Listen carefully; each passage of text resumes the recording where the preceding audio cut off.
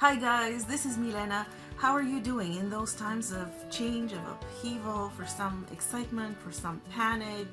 I don't usually draw cards from the Oracle deck in my videos. Sometimes I do it in private sessions with clients. But this week I decided to draw a card because it feels like the grand majority of the attention is being pulled in one direction. And I wanted to know what we can focus on for this week so that we can make our energy investment and our attention investment worth our while. And I pulled from this Oracle deck that is called Work Your Light. I don't know if you can see it from Rebecca Campbell. And the card that I pulled is called the Initiation. And I'm going to read to you what this means. And of course, that's open to personal interpretation, and then offer some insights and what we can do. Crisis is not there to make us freeze, to panic, to stop us in our tracks. It's an opportunity for a shift and a change. And there are many things that we can do that it will be hugely beneficial for us in the end. But we're going to talk more about that in just a minute. And I asked the Human Collective, because it's very important to know who we ask when we pull a card, about what we need to focus on in the next week. Rite of passage, crossing the threshold. Some of the most sacred initiation chambers and temples look scary from the outside, but are breathtakingly beautiful on the inside. This represents the journey that the soul pilgrim is required to take to reach somewhere sacred. But only the initiated can enter. Perhaps that's where you are right now. You're being tested, initiated, because you're headed somewhere sacred. Initiations require that we cross the threshold from one world or state of being to the next. We're called to face what scares us and have to be willing to lose it all in order to gain a new way of being, of safety, of security, of depth, of meaning. Initiations, like rites of passage, mark the shift from one age to the next and can take place because of emotional turmoil, great loss, grief, or devastation. But it is through the seeming hardship that our heart cracks open and spirit is invested to step forward. We take the sacred voyage into more of who we are and who we came here to be. It can be painful and scary, but once we begin the journey, we can be more ourselves than ever before. If you are in the middle of an initiation right now, yeah, no kidding, you will get through it. And one day soon, you will bless the thing that broke you down and cracked you open, because the world needs you open. You're going somewhere sacred. It will be worth it. And you're much closer than you think. Now, one thing that we can all agree on, because there's so many theories and speculations about what's going on, why it's going on, and we can talk about it. But one thing that we can all agree on is that it's different. It's definitely time for a change.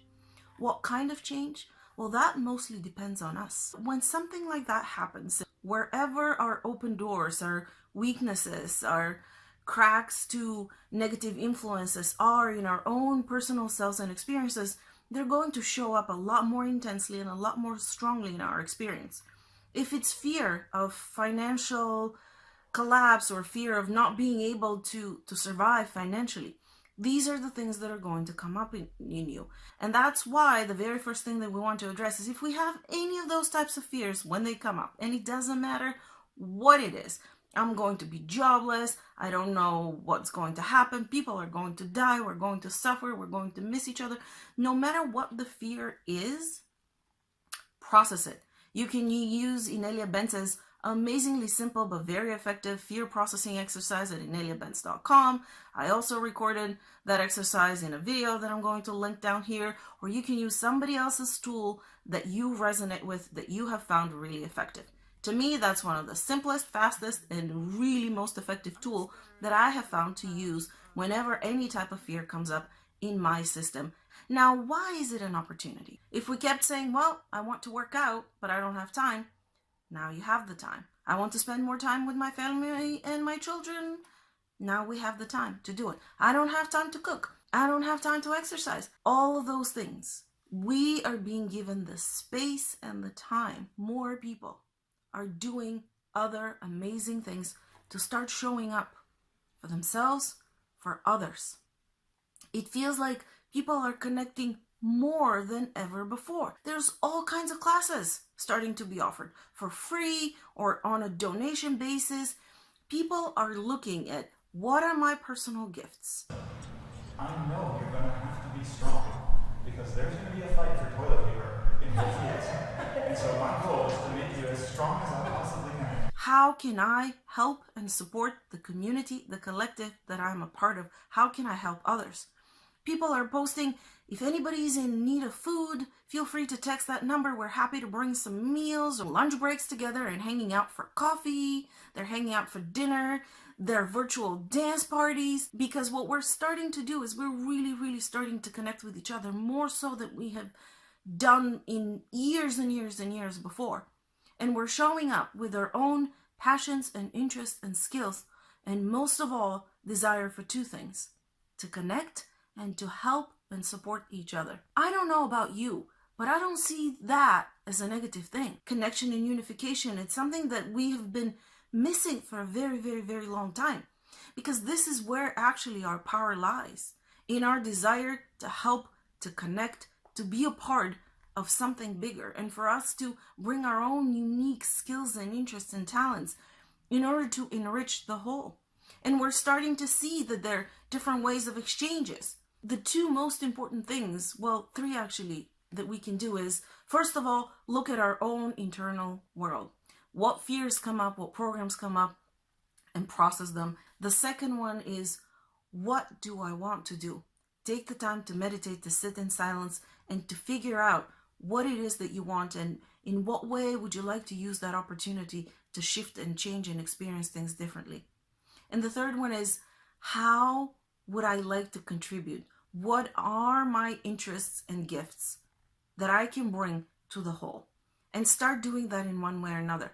Everybody around me who has some sort of offering or a skill is doing that. There's so much love and humor and fun things going on because we as a species, as a collective, know how to get through things. We always have. Why did something like this need to happen in order for us to start showing up for each other? Because for the longest time, as human collective especially, we've needed something like a consciousness earthquake to shake us up and to wake us up. Wait a minute, we have been doing things in a way that is not most supportive to us. Now, how long is this going to continue? For as long as we need in order to create that shift in consciousness and recognize that we want to start showing up in a different way and creating things in a different way than we have been. And if you're still not quite sure how to handle your own worries or fears, or how you can personally show up and contribute, how to get help if you need it, book a session at askmilena.com. Subscribe to my newsletter to receive some insights in the ebook, 7 tools that can empower your daily life. Subscribe to the channel if you have not done so below so that you can receive notifications for all new videos, which by the way come out on Friday. Bye bye guys.